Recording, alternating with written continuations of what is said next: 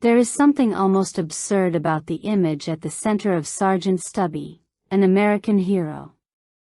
The First World War is supposed to belong to soldiers, generals, trenches, artillery, aircraft, tanks, flags, and enormous political forces that reshape the world.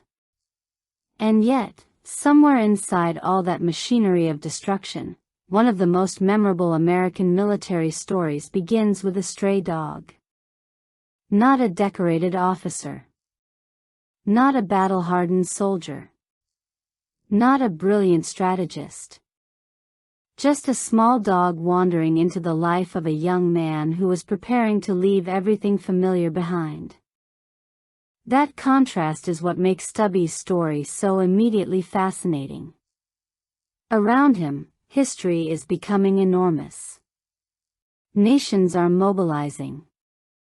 Young men are being trained for a conflict most of them can barely comprehend. The machinery of war is growing louder by the day. And in the middle of it all is this little animal who does not understand politics, national borders, military strategy, or the reasons human beings have decided to fight one another. Stubby understands something much simpler. He understands Robert. And perhaps that is the first question the film quietly asks us to consider. What does it actually mean to be brave when you do not understand the larger conflict around you? Is courage about knowing exactly what you are fighting for? Is it about deliberately choosing danger? Or can courage sometimes be something far more instinctive, the decision to stay beside someone you love when every instinct tells you to run? The movie builds its entire emotional identity around that contradiction. Stubby looks innocent enough to belong in a children's adventure. His size makes him almost comical beside soldiers, weapons, ships, trenches, and military vehicles. His expressions are designed to communicate affection, curiosity, confusion, and determination without requiring the kind of dialogue a human protagonist would need. But the world surrounding him is not innocent. This is World War I. The battlefield is a place of mud, smoke, fear, explosions, separation, and uncertainty. The men around Stubby are not simply characters moving through an adventure.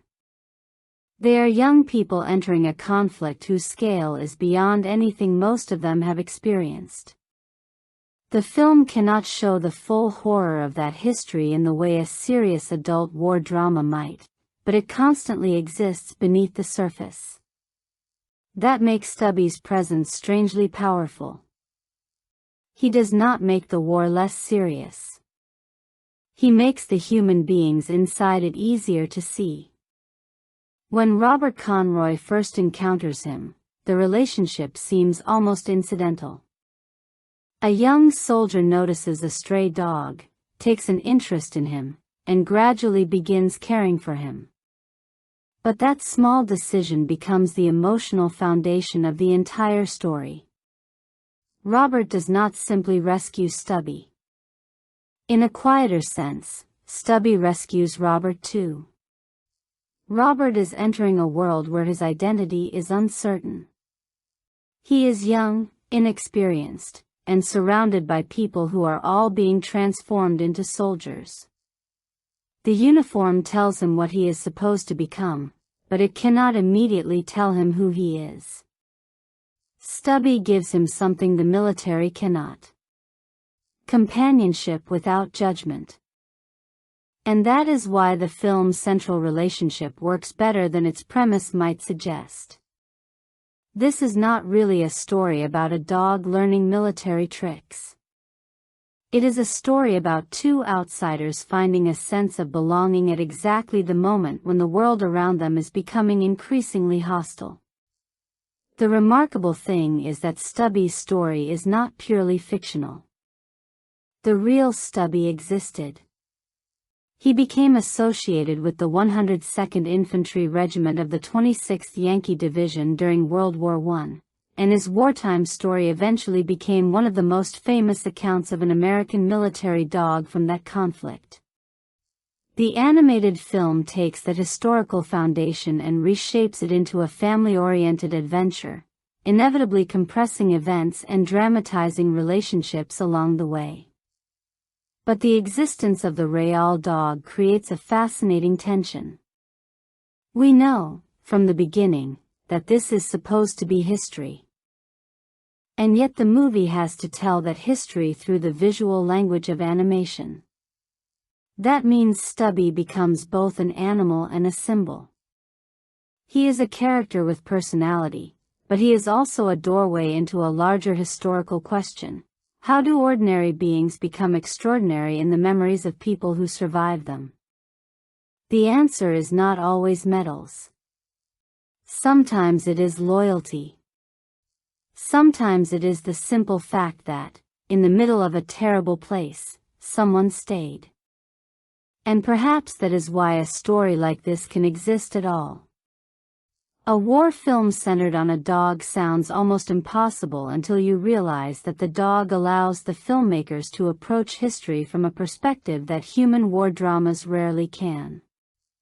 Stubby has no ideology. He has no political argument. He does not understand why one uniform is American and another belongs to an enemy. He simply responds to the people around him. That makes him innocent. But it also makes him revealing. Because when humans divide the world into nations, uniforms, alliances, and enemies, Stubby keeps responding to individuals. That small distinction becomes the emotional engine of the movie. And it is also what makes Sergeant Stubby, an American hero, more interesting than its title might initially suggest. Beneath the friendly animation and family-oriented adventure is a story about belonging, recognition, friendship, courage, and memory. The film was released in 2018 under the direction of Richard Laney, who also co-wrote the screenplay with Mike Stokke. Its voice cast includes Logan Lerman, Helena Bonham Carter, and Gérard Depardieu, with the human characters surrounding Stubby and giving the historical story a more conventional dramatic structure. But the movie's real challenge was never simply telling people that a dog went to war. The challenge was making audiences care about what that meant. To do that, the filmmakers had to turn documented history into emotional storytelling. They had to introduce Robert as more than a convenient human companion, give Stubby a recognizable personality without turning him into a talking cartoon character, and construct a wartime environment that could communicate danger without becoming inappropriate for the family audience the film was designed to reach. That balance is where the movie becomes especially revealing. Because Sergeant Stubby exists in an unusual space between children's animation and historical drama.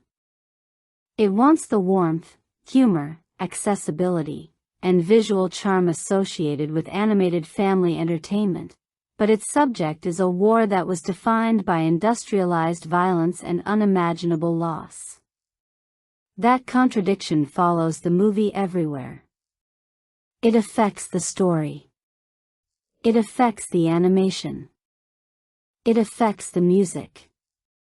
It affects the marketing.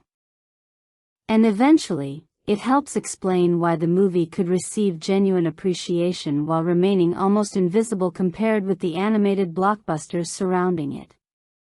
So rather than treating Sergeant Stubby as simply another animated movie about an adorable animal, it is worth looking at what the filmmakers were actually attempting. Because the deeper story is not just how Stubby became a hero.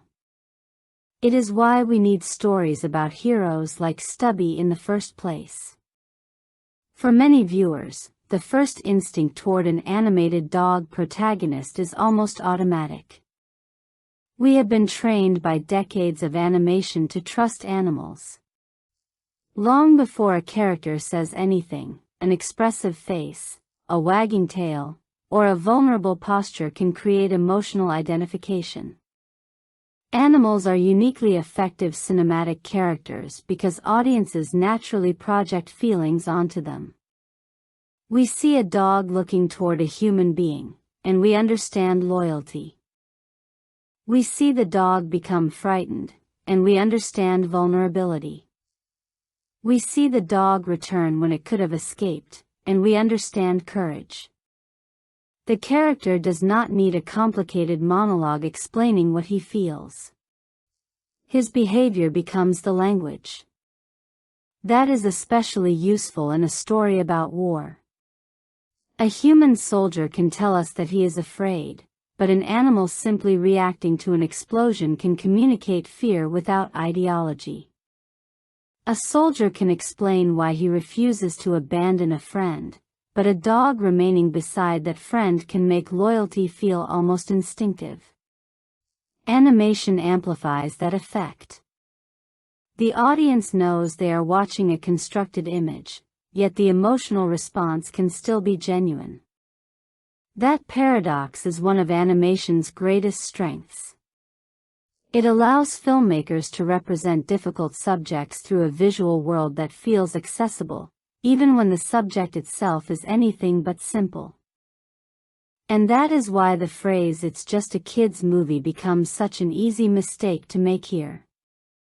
Yes, the film is accessible to children. Yes, Stubby is cute. Yes, humor exists throughout the story. Yes, the movie avoids the graphic brutality that defines many adult war films. But accessibility is not the same thing as simplicity. A child can watch Stubby and see a brave dog helping soldiers. An adult can watch the same scenes and see something else, a story about young men being thrown into a historical catastrophe, about companionship as psychological survival, and about the strange human tendency to search for warmth inside places that should never have existed in the first place. That layered response is important because historical tragedy often becomes difficult for audiences to approach directly. World War I can feel remote to modern viewers. Its uniforms, weapons, alliances, political tensions, and geography belong to another century.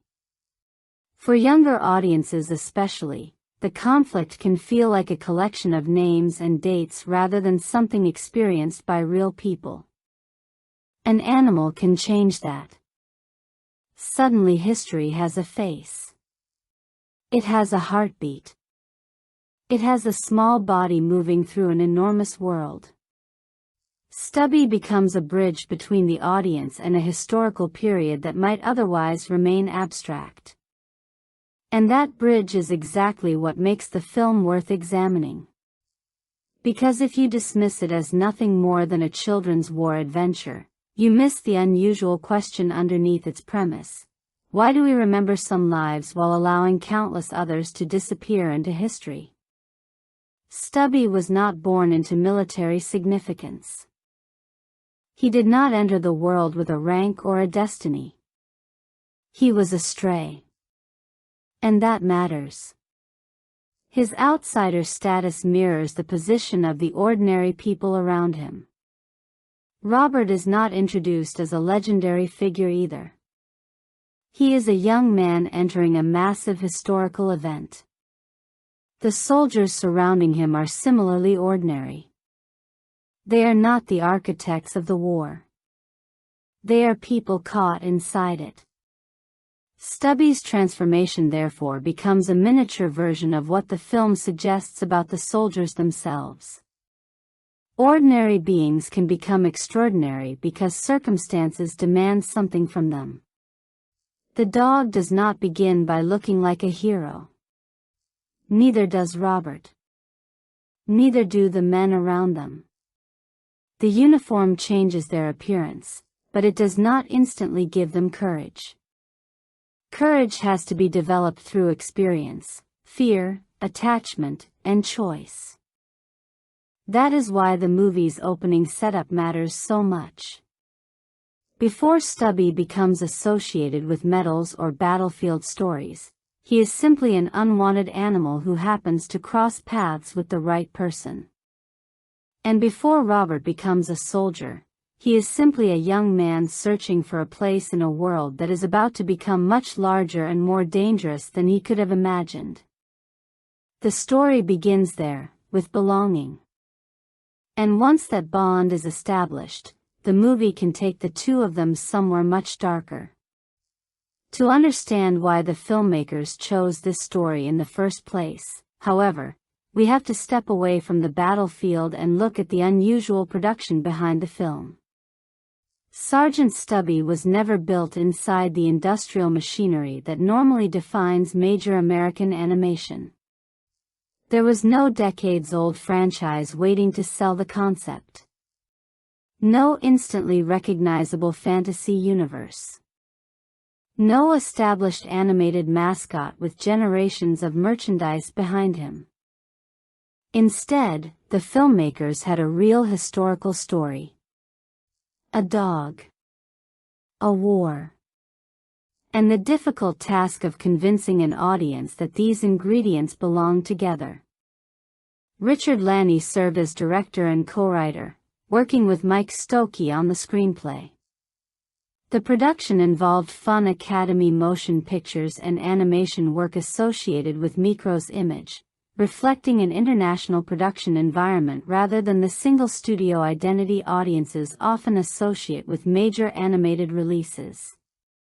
That difference matters because animation is expensive, time-consuming, and labor-intensive even before a movie reaches an audience. Every character has to be designed, modeled or drawn, rigged, animated, lit, textured, rendered, and integrated into an environment.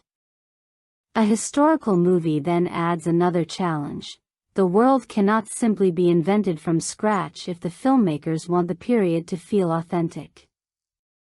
The team had to construct military camps, trenches, ships, villages, uniforms, weapons, vehicles, landscapes, and battle environments while maintaining a visual language that could still feel welcoming to families. And at the center of all those technical decisions was Stubby. That was both the movie's greatest advantage and its greatest challenge.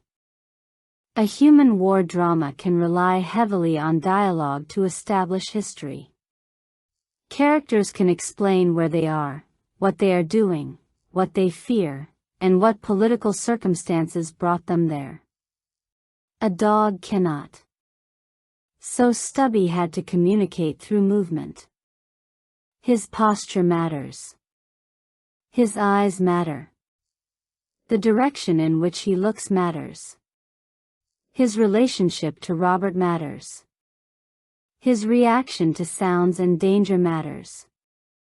The filmmakers effectively had to make his body language function as dialogue. That is why Robert becomes so important. He gives the audience a human emotional anchor through which Stubby's experience can be interpreted. Without Robert, the dog might remain an amusing historical curiosity. With Robert, Stubby becomes part of a relationship. And relationships are what make historical stories emotionally legible. The addition of Gaston Baptiste serves another purpose. His French identity creates a bridge between the American characters and the European environment into which they are entering. The movie can use the friendship between characters to make the international nature of the conflict understandable without turning the story into a dense political history lesson.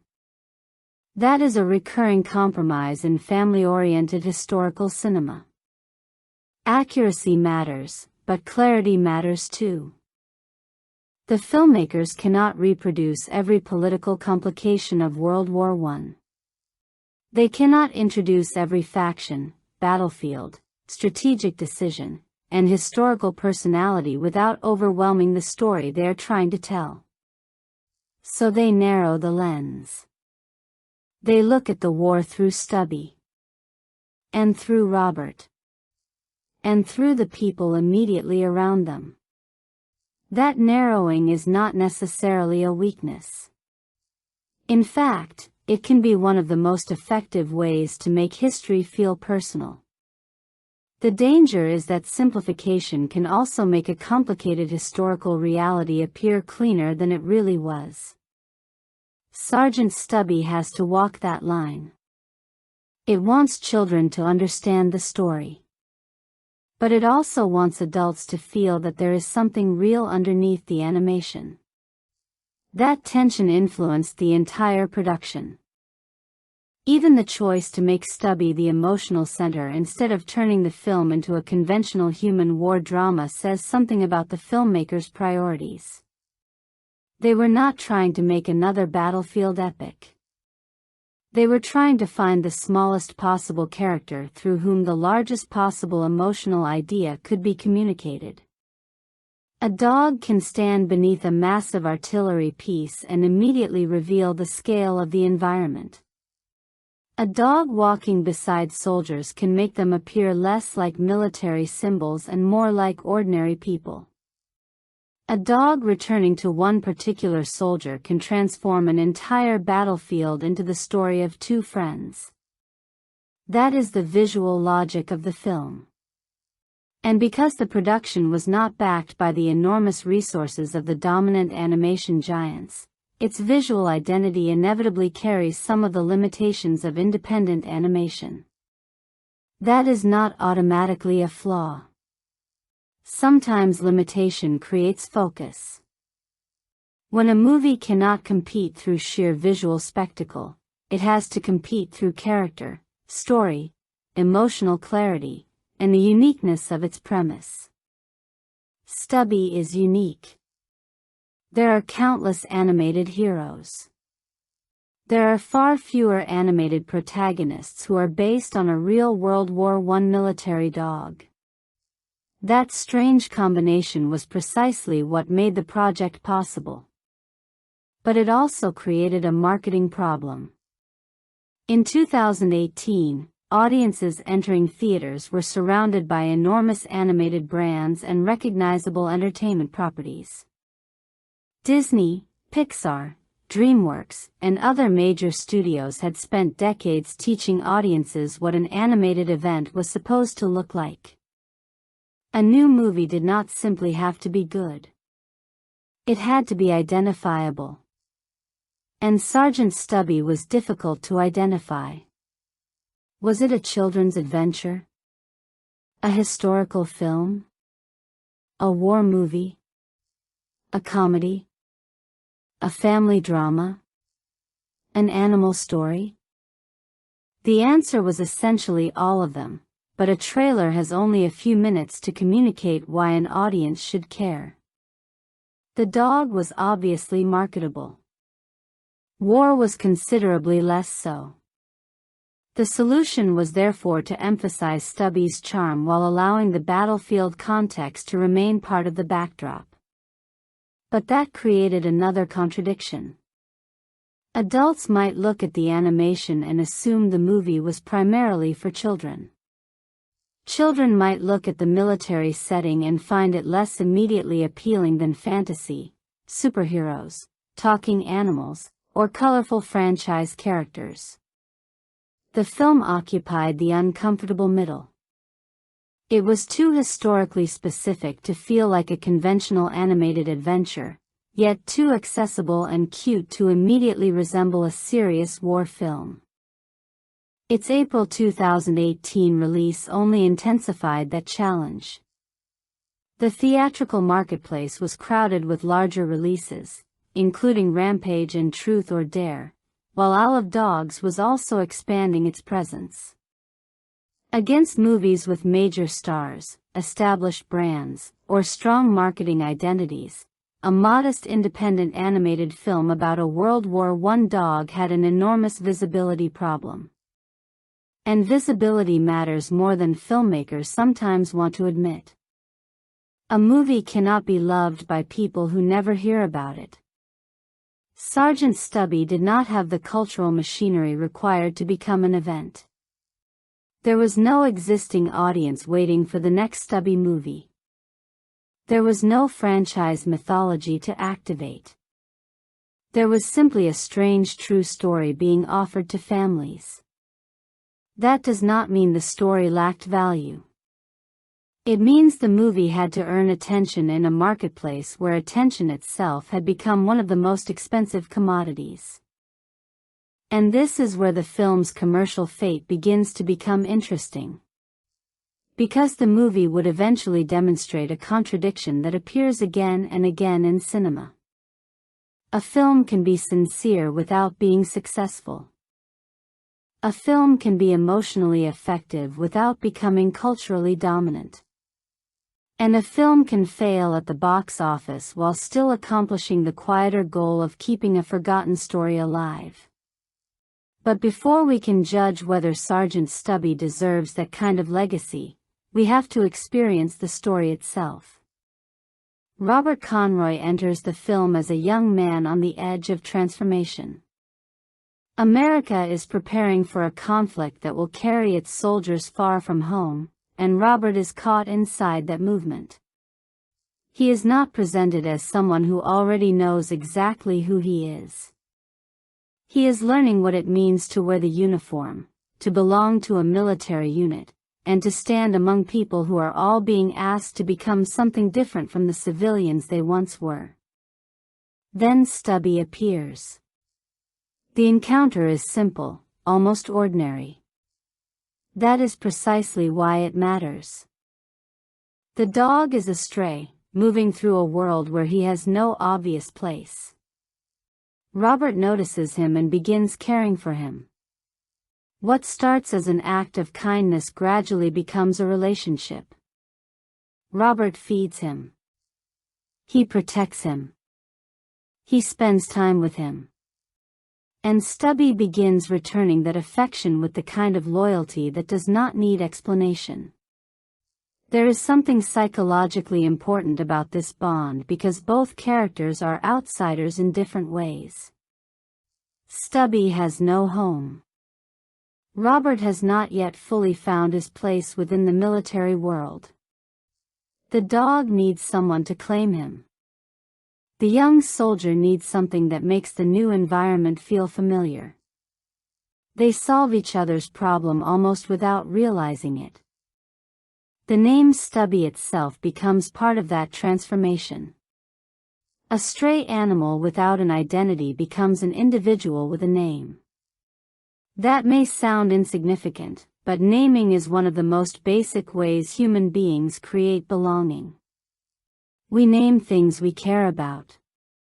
We distinguish them from the anonymous world around us. Once Stubby has a name, he is no longer simply a stray. He is Robert's dog.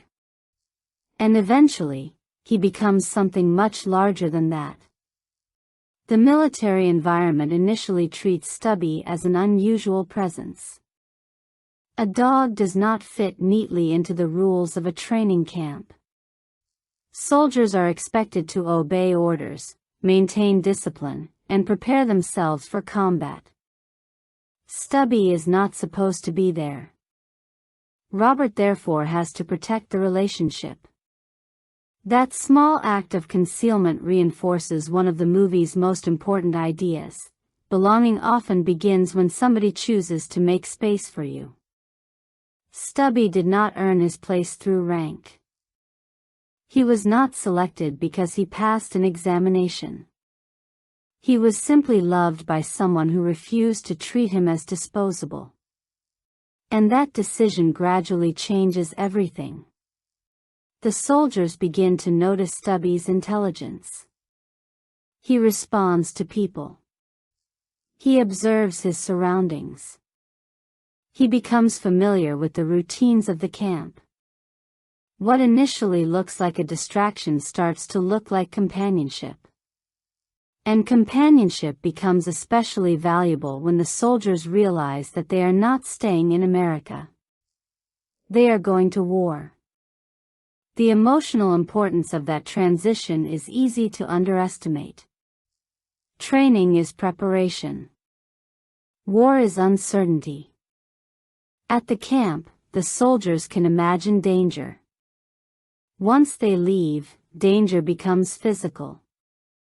For Robert, the journey toward Europe therefore represents more than geographical movement. He is leaving the world in which Stubby first became his companion. He is carrying that companion into a world neither of them understands. The ship, the journey, the arrival, and the transformation of the environment gradually strip away the safety of the training camp. The film begins shifting from the warmth of discovery toward the anxiety of survival. And Stubby remains beside Robert. That is what makes the relationship emotionally persuasive.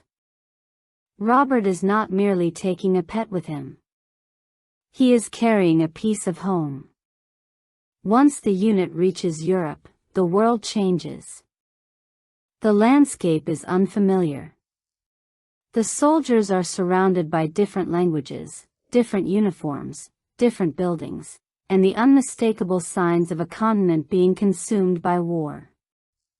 This is where Gaston Baptiste becomes important. Gaston introduces a cultural dimension to the story. His French identity places the American soldiers inside the European reality they have crossed the ocean to enter. At first, differences between people can create distance. But Stubby has no interest in those distinctions. To him, Gaston is simply another human being. That makes the dog a natural social catalyst. People who might otherwise remain separated by nationality can share affection for the same animal. And there is a quiet irony here. The war has been built around division. Stubby keeps creating connection. The trenches make that contrast even stronger. A trench is fundamentally a place of separation. Soldiers are divided from enemies, from civilians, from ordinary life, and even from the open sky. It is a defensive structure built around fear. Stubby does not understand any of that. He simply moves among the people he trusts. His small body becomes a visual contradiction against the massive machinery surrounding him. Rifles are long. Artillery is enormous. Vehicles are heavy. Uniforms create a visual identity of authority. Stubby is small. And yet the smaller he looks, the more meaningful his presence becomes. The film repeatedly uses scale to remind us that courage is not measured by physical size. The first experiences of combat gradually change the tone of the story. Shelling, uncertainty, and sudden danger become part of everyday life. The soldiers are no longer imagining what war might feel like. They are living it. Stubby's instincts become increasingly important. Animals notice things differently from humans. Their attention is drawn toward sound, movement, scent, and changes in the environment that people may ignore. The film turns that difference into a narrative advantage. Stubby can sense danger before the audience fully understands it. His reactions become warnings. And because we have already formed an emotional attachment to him, those warnings carry a special tension. When a human soldier reacts to danger, we expect it. When the dog reacts, we worry. The movie understands that instinctively. The battlefield sequences therefore become more than action scenes. They become tests of the bond between Robert and Stubby. Robert's concern is no longer simply whether he can survive. It is whether Stubby can survive too. That changes the emotional stakes. A soldier can be expected to understand the danger of war. Stubby cannot. His innocence makes the danger feel crueler. And yet the film does not portray him as helpless. That is the central evolution of his character. At first he is a stray being protected by Robert. Gradually he becomes a creature who can protect others. That reversal is one of the most satisfying elements of the narrative. Robert gives Stubby a home. Stubby eventually gives Robert courage. The relationship becomes reciprocal. And as the war intensifies, the dog becomes increasingly accepted by the soldiers around him. The mascot becomes a companion. The companion becomes a member of the unit. And the member of the unit begins behaving like a protector. The humor scattered through these moments serves an important function. Without humor, the emotional pressure of a wartime story can become exhausting. Stubby provides relief not because the war is funny, but because his presence reminds the soldiers that they are still human. They can laugh. They can care for something. They can experience affection. They can momentarily forget the larger machinery surrounding them. That makes the quieter scenes essential. A dog sleeping near soldiers. A soldier reacting to Stubby's behavior. Robert sharing a moment with him. These moments may seem small compared with battle sequences, but they create the emotional contrast that makes danger matter. If we only see Stubby in action, he becomes a superhero dog. If we see him resting beside Robert, he becomes a friend. The second version is more powerful. Because when that friend is placed in danger, the audience has something personal to lose. As Robert matures, the movie also uses Stubby to accelerate his emotional development. War forces young people to grow quickly. Robert cannot remain the inexperienced young man he was at the beginning. Every experience changes his understanding of responsibility. He learns that courage does not mean the absence of fear. It means continuing to care despite fear. Stubby embodies that idea without ever needing to articulate it. He does not have a political reason to stay. He does not have a medal to earn. He does not understand military ambition. He stays because Robert is there. That is perhaps the purest version of loyalty the film can imagine. And it is precisely this loyalty that eventually transforms the story. At the midpoint, Stubby's role changes from unusual companion to genuine wartime figure. The danger becomes personal. The battlefield is no longer simply a backdrop for adventure. It becomes a place where the characters can actually lose one another. Stubby's exposure to direct danger creates a strange reversal. The humans understand the war. The dog does not. Yet the dog repeatedly acts with a kind of bravery that the humans recognize. That forces the soldiers to reconsider him. He is no longer merely the camp dog. He is one of them. That recognition matters because military identity is usually constructed through institutions. Uniforms, ranks, orders, and medals determine how a soldier is officially perceived. Stubby does not fit that system. And yet the system eventually has to respond to him. This is where the film's symbolism becomes especially interesting. What is a hero without a uniform? What is courage without an official rank?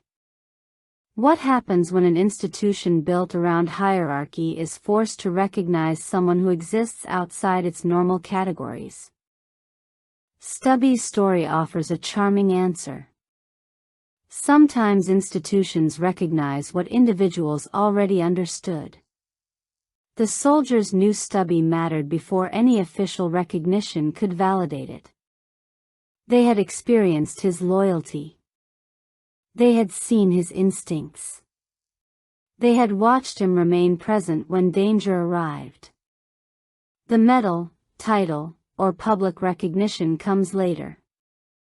That distinction is important. The medal does not create the hero. It records the hero. And this becomes one of the movie's most meaningful ideas. Recognition is not the same thing as courage. Courage happens before anyone applauds. The emotional consequences of war also become increasingly visible as the story progresses. Even though the film is designed for a family audience, it cannot completely hide the fact that people are being placed in terrible situations. The humor becomes more valuable because it exists beside danger. The friendship between Robert and Gaston becomes more meaningful because the world around them is divided. And Robert's relationship with Stubby becomes more important because war is constantly threatening to take things away. That is why Stubby functions as an emotional anchor. When everything else changes, he remains recognizable. The battlefield changes. The people around him change. Robert changes. Stubby remains loyal. That consistency gives the audience something stable to hold on to. And perhaps that is what Robert needs most. Not another order. Not another weapon. Not another lesson in military discipline. A friend. The final phase of the war therefore carries emotional weight not simply because the conflict is approaching its end, but because the characters have been changed by everything they have experienced. The young soldier who first cared for a stray dog has become someone capable of understanding what that relationship means. Stubby, meanwhile, has gone from anonymous animal to symbol. His transformation is complete. But the film is careful to make the resolution about more than survival. Because surviving a war and remembering a war are two different things. The battlefield eventually becomes the past. The soldiers return. The uniforms can be removed. The weapons can be put away. But memory remains. Stubby's homecoming is therefore emotionally significant because he is not returning as the same stray dog who once wandered into a military camp. He is returning with a story. Recognition follows. The public discovers him.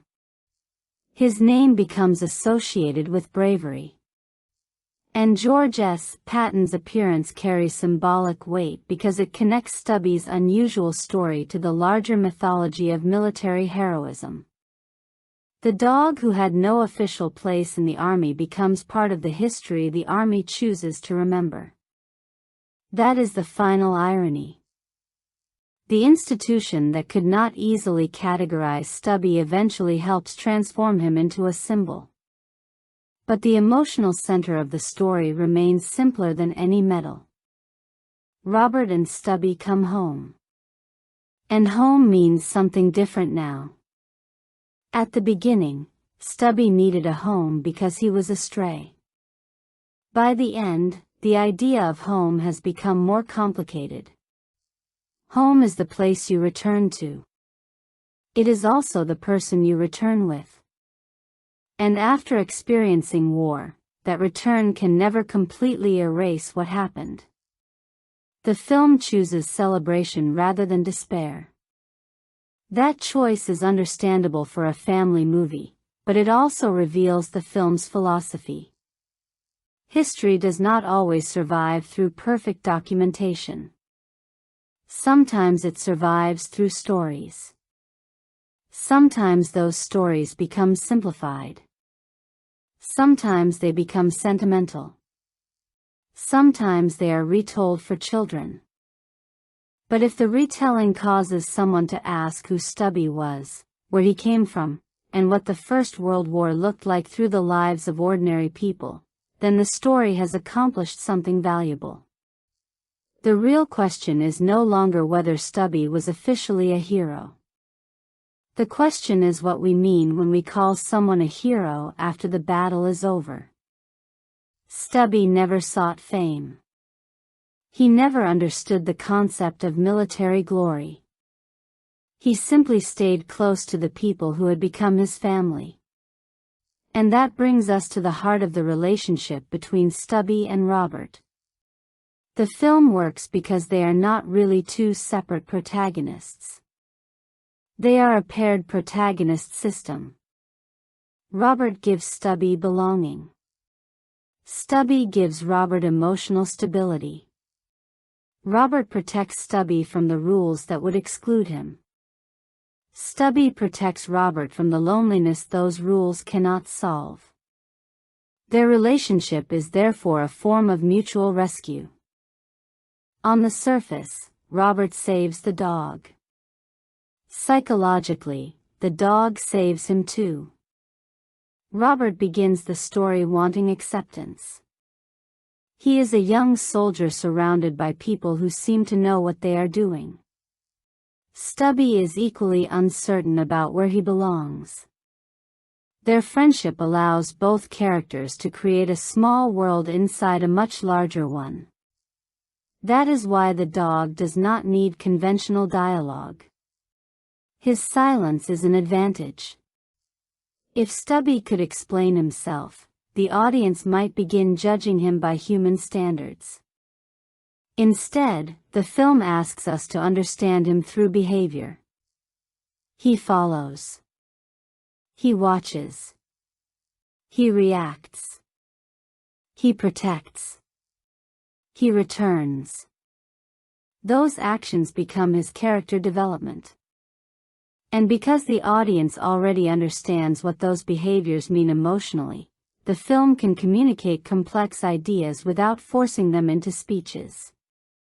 Stubby's surface goal is not complicated. He wants connection. He wants safety.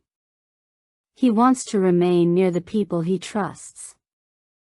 But his emotional function is larger. He becomes a symbol of unconditional loyalty.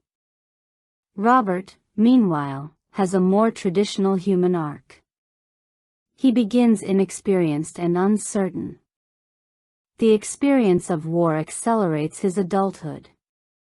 He has to confront fear, responsibility, separation, and loss while trying to maintain the relationship that gives him emotional stability.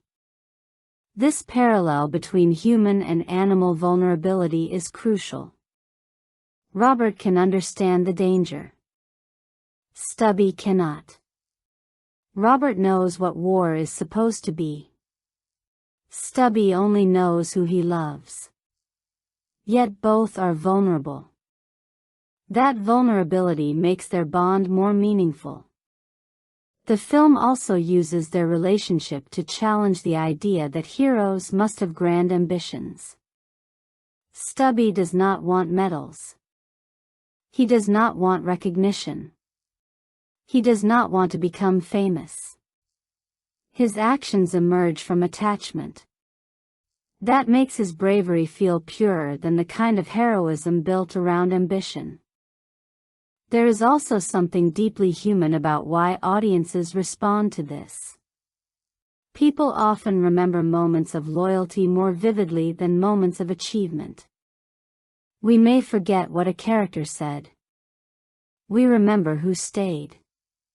Stubby stays. And Robert learns what that means. The war therefore becomes an environment that forces their relationship to mature. In peaceful circumstances, caring for a dog is ordinary. In a battlefield, caring for another living being becomes an act of resistance against the dehumanizing logic of war. The machine says people are soldiers. The relationship says they are people. That is the emotional distinction the film keeps returning to. And it helps explain why the war itself functions as the film's true antagonist. There is no single villain who needs to be defeated for everything to become peaceful. The larger enemy is the environment, the institutions, the fear, the violence, the machinery. The division. The uncertainty. The German forces represent a direct military threat, but the movie does not need to turn every enemy soldier into a psychologically elaborate villain. That would shift the story toward revenge. Instead, war itself becomes the force that constantly threatens Robert, Stubby, Gaston, and the people around them. That choice is significant. It keeps the story from becoming purely nationalistic. Stubby's loyalty is personal. War's logic is collective. One says, "This is my friend." The other says, "This is the enemy." The tension between those two ideas gives the story much of its emotional meaning. Stubby does not understand national borders. He understands individuals. That makes him an accidental philosophical challenge to the world around him. He exposes how strange human systems can look from the outside. People wear different uniforms and call one another enemies. The dog sees people. That does not make the film anti-military. It does, however, make it human-centered. The movie is interested in the courage of individuals more than the glory of institutions. Even military hierarchy becomes part of the tension.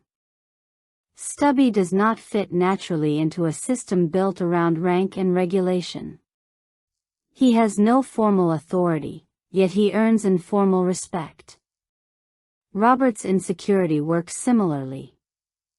The dog is not the only one trying to prove that he belongs. Robert is too. The difference is that Robert has to prove himself according to human rules. Stubby simply has to be loyal. And in the end, that loyalty is enough to make people notice him. The contrast between weapons and vulnerability strengthens the symbolism. A rifle represents human power. An artillery piece represents industrial power. A tank represents mechanical power. Stubby represents almost none of those things. His body is small. His defenses are limited. His strength is relational.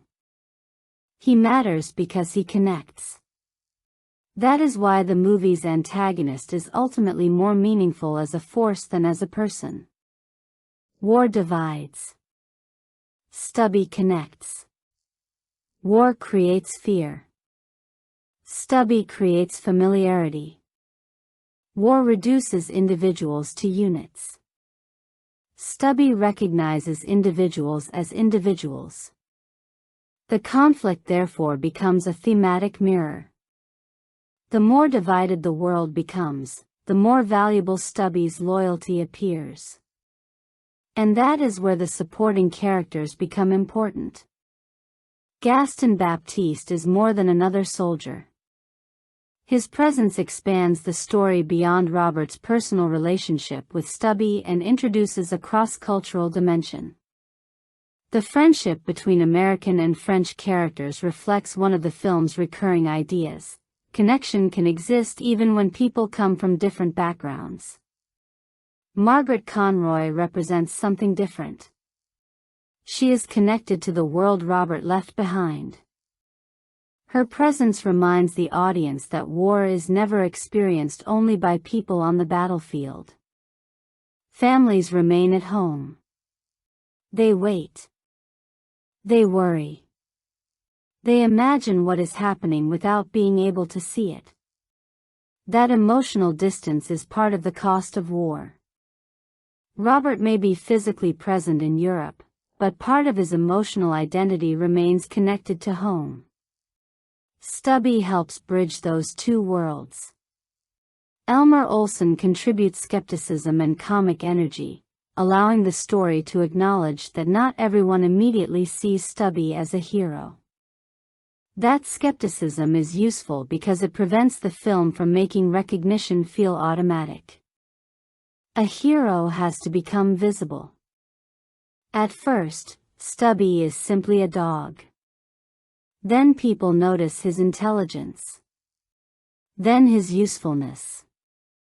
Then his courage. Then his loyalty. Recognition develops gradually. Hans Schroeder and the other supporting figures contribute to the broader social environment, even when the film cannot give every character the same depth it gives Robert and Stubby. That is one of the movie's limitations. The supporting characters often exist primarily to serve the central story. But there is a reason for that. The film has a limited runtime and a difficult historical subject. Every additional layer of character development would require time that could otherwise be spent strengthening the emotional relationship at the center. The result is an ensemble that is functional rather than exhaustive. And perhaps that is acceptable because Stubby himself is designed to be a social catalyst. People interact differently because he is there. Soldiers laugh. Robert becomes more confident. Cultural barriers become easier to cross. The dog changes the atmosphere around him.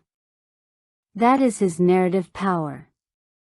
He does not need to dominate every scene. His presence changes the people who share those scenes with him. Humor also becomes part of that ensemble dynamic. A war movie without moments of relief can become emotionally exhausting, especially for younger viewers. Comedy therefore functions as a pressure valve. But its deeper purpose is not simply to make children laugh. It reminds us that soldiers are still human beings. They joke because they are frightened. They laugh because silence would be unbearable.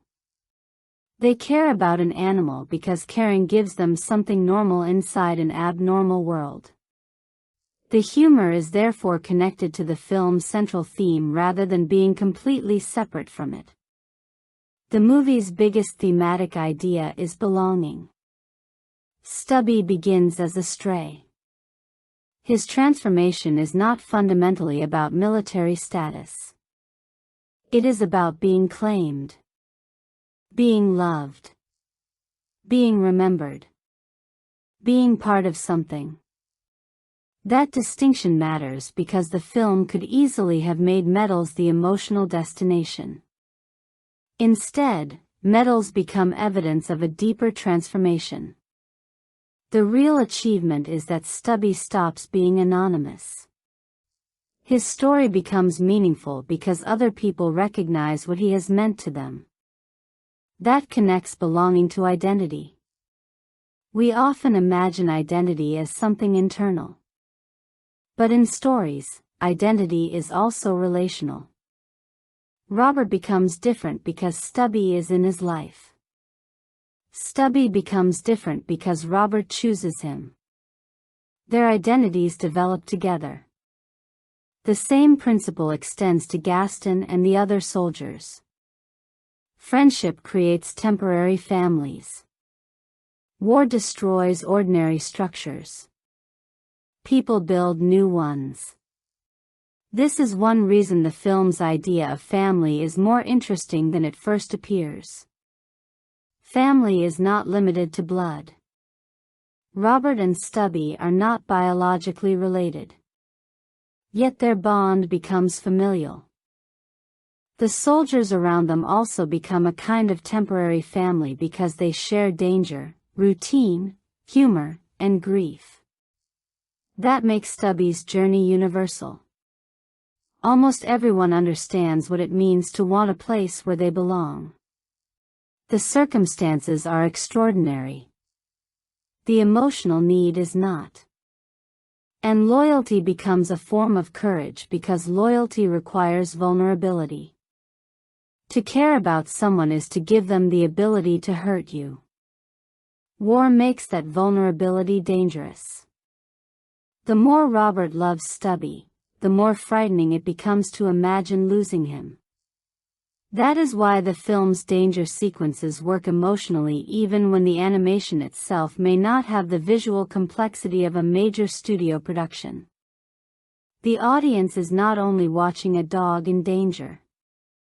We are watching a relationship threatened.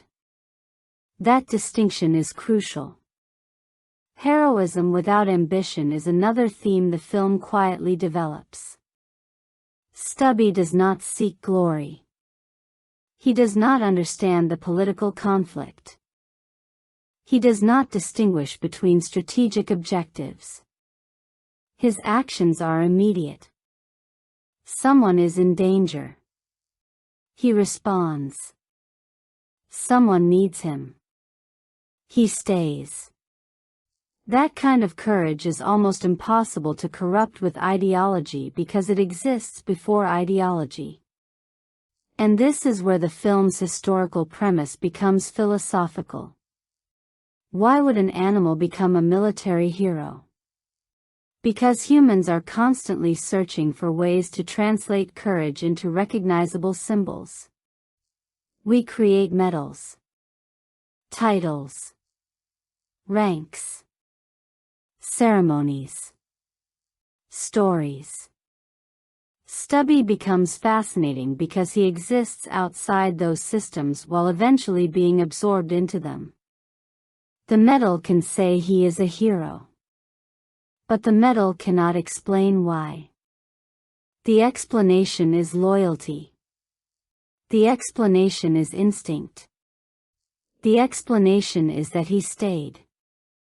That is also why animals have such universal appeal in stories about war.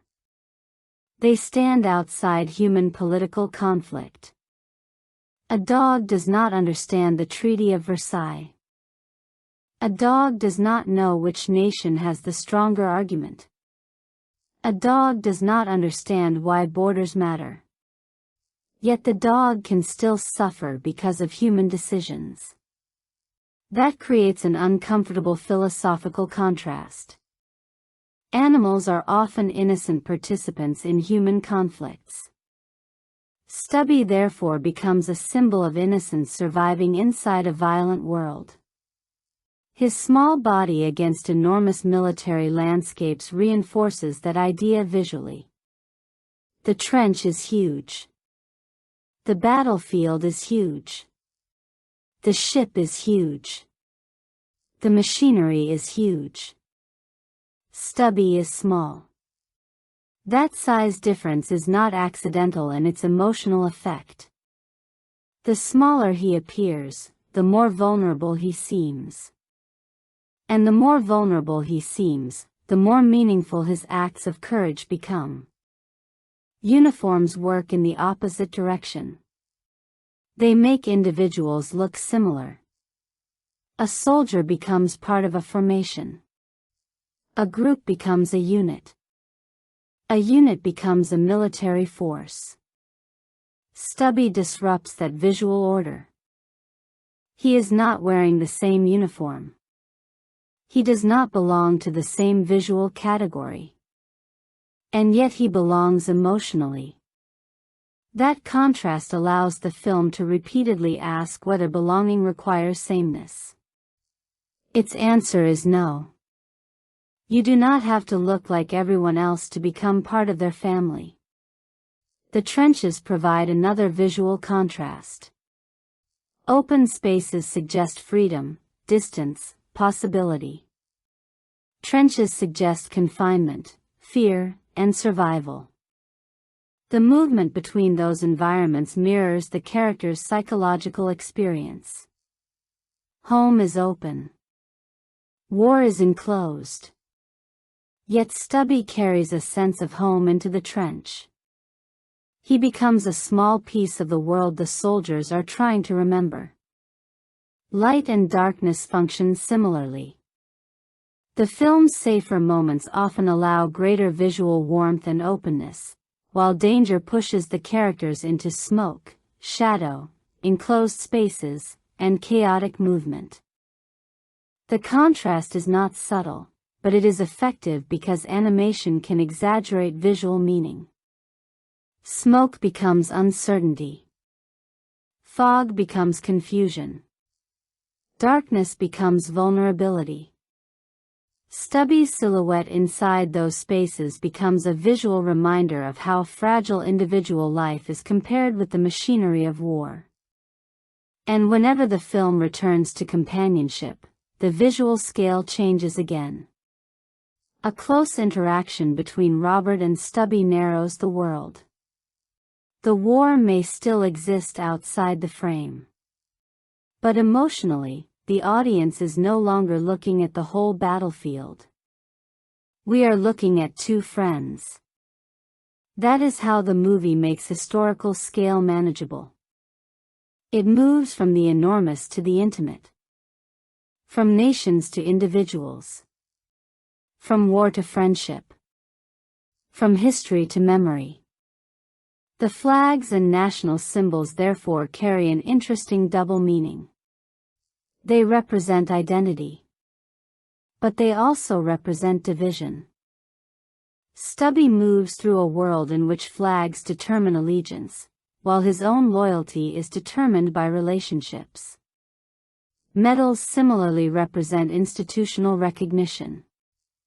They are important because they preserve memory. But they also risk simplifying the meaning of heroism into an object. A medal is easy to display. The fear, exhaustion, loneliness, and uncertainty behind it are harder to preserve. That is one reason stories become necessary. Memory needs narrative. Without narrative, historical suffering becomes statistics.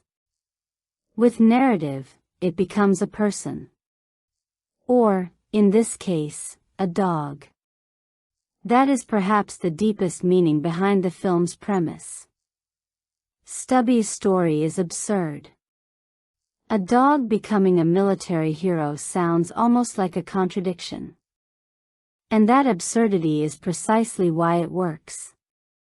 Human beings create enormous political systems and then discover meaning through something completely outside those systems. Stubby does not care about national glory. He cares about his people. That makes his loyalty universal. It also raises a more uncomfortable question. Does celebrating Stubby's military heroism risk glorifying war? The answer is complicated. The film certainly uses adventure structures and heroic imagery. It presents danger as exciting at times. It uses music and pacing to create momentum. It gives Stubby moments of triumph. But celebration of bravery is not necessarily celebration of warfare. Those are different things. The movie's emotional focus is not on conquest. It is on survival. It does not ask us to admire the machinery of war. It asks us to admire the people and animal trying to remain human inside it. That distinction matters. Stubby's medals can be celebrated while the war itself remains tragic. The film does not have to reject heroism simply because the circumstances requiring heroism were terrible. In fact, that tension may be the point.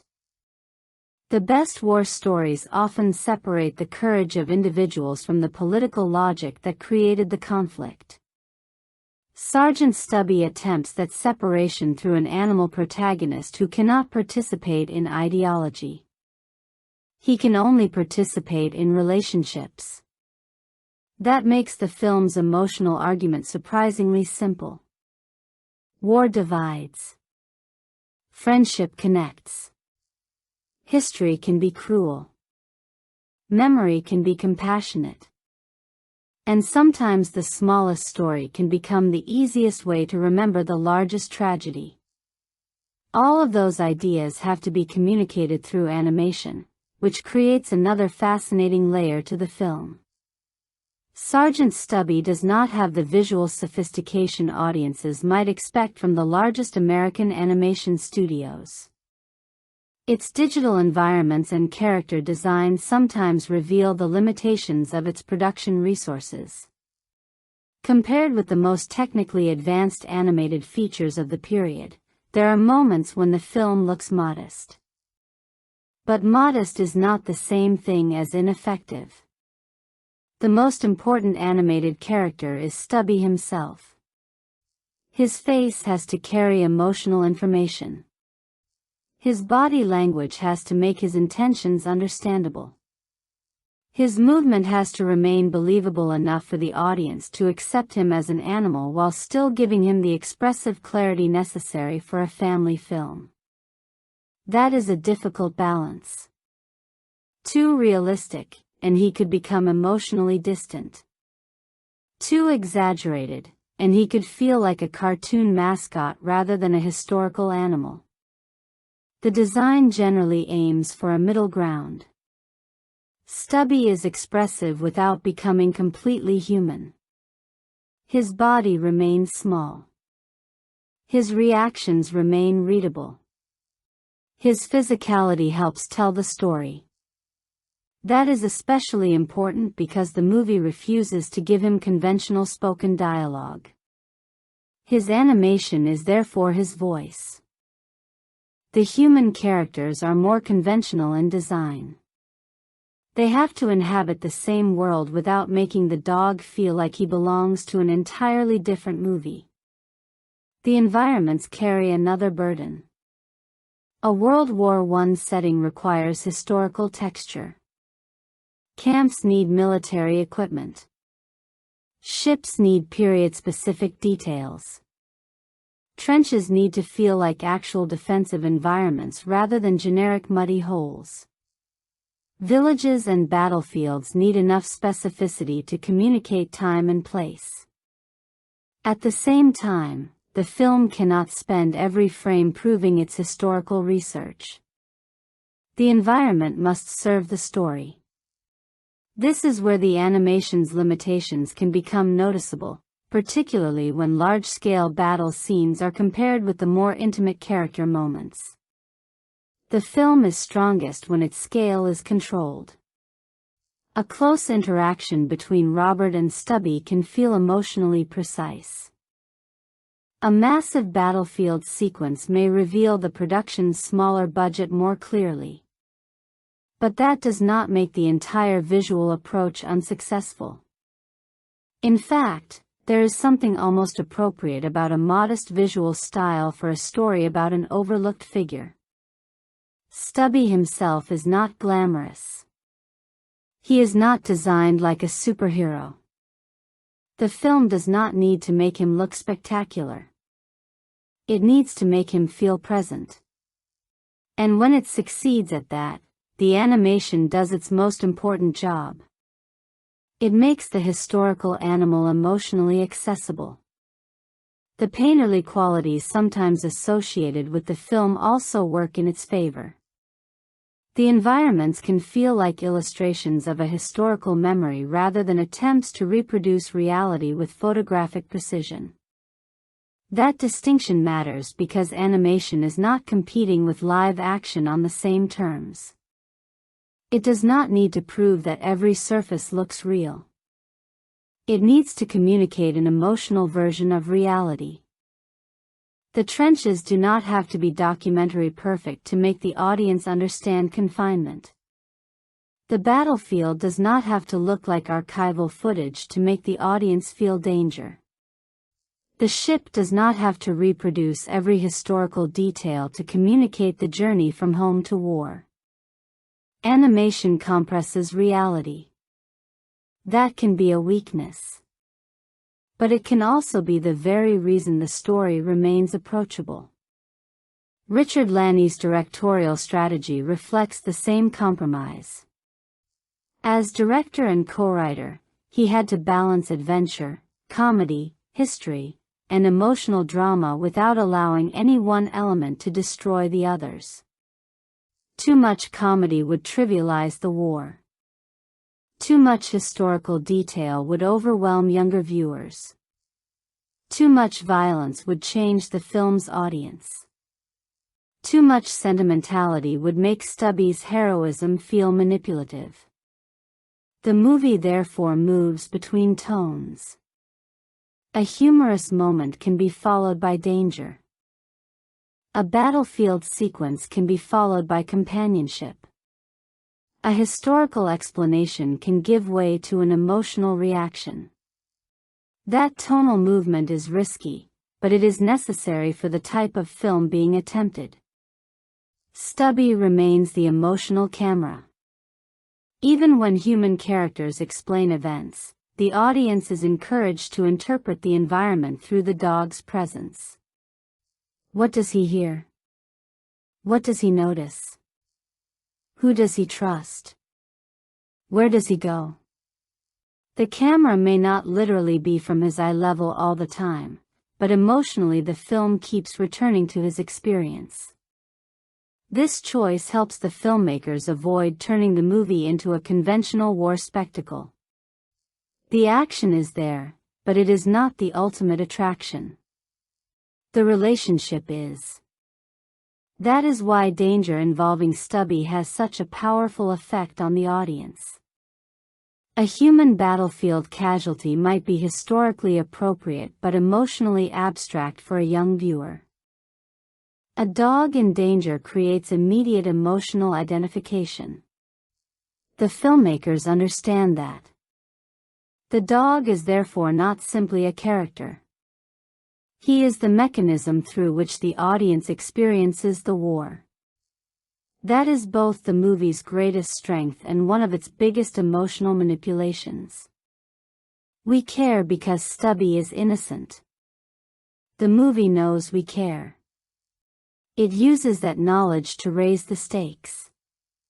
But within a family film, that kind of emotional strategy is not unusual. The question is whether it feels earned. For the most part, it does because the bond between Robert and Stubby has been established before the danger becomes overwhelming. The film does not simply tell us they are important. It shows us why. And that is where Patrick Doyle's music becomes essential. A story about a small dog could easily sound small. The score prevents that. Patrick Doyle's contribution provides the emotional architecture beneath the adventure. Music gives the movie scale that the animation cannot always provide on its own. When Stubby appears heroic, the music can make the moment feel larger than the character's physical size. When Robert and Stubby share quiet moments, the score can narrow into something more intimate. When the battlefield becomes dangerous, the orchestration expands and creates tension. That contrast is crucial. Music tells us how to feel about scale. A dog can remain physically tiny while the score tells us that his emotional importance is enormous. The musical identity attached to Stubby therefore becomes part of the character's development. Early scenes can carry a lighter, more playful energy. As the story progresses, the music becomes increasingly connected to danger, responsibility, and sacrifice. The transition mirrors Robert's own emotional maturation. Stubby is no longer just a cute animal. He is part of the emotional history of the unit. The music helps the audience accept that transformation. It also strengthens the relationship between Robert and Stubby. A recurring emotional idea can function like an invisible thread between scenes. The audience may not consciously identify every musical cue, but they feel continuity. That is one of the reasons film music works so effectively.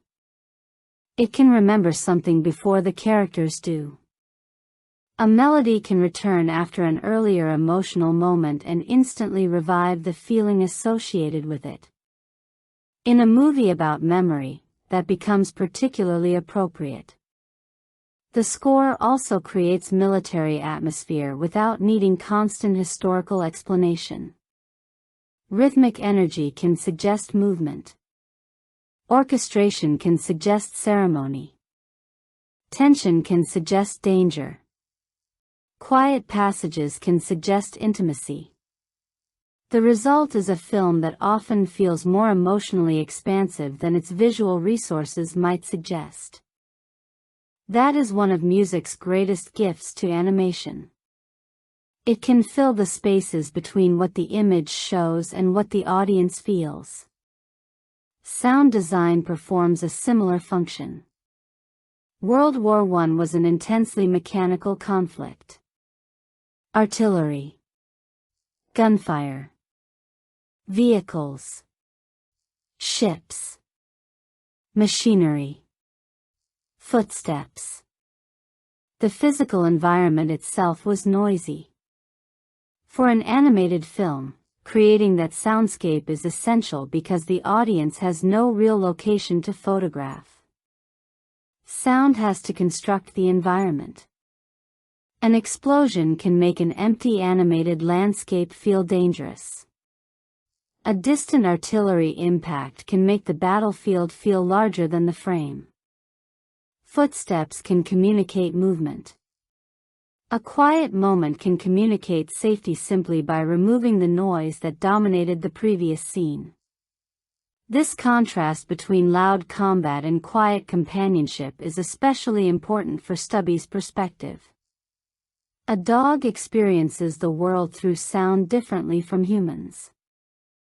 The film can use that idea to make his reactions meaningful. If Stubby suddenly becomes alert, the audience pays attention. If he reacts to a sound before the humans do, the sound itself becomes part of the storytelling. And then there is silence. Silence can be more powerful than another explosion. After chaos, quietness gives the audience space to process what happened.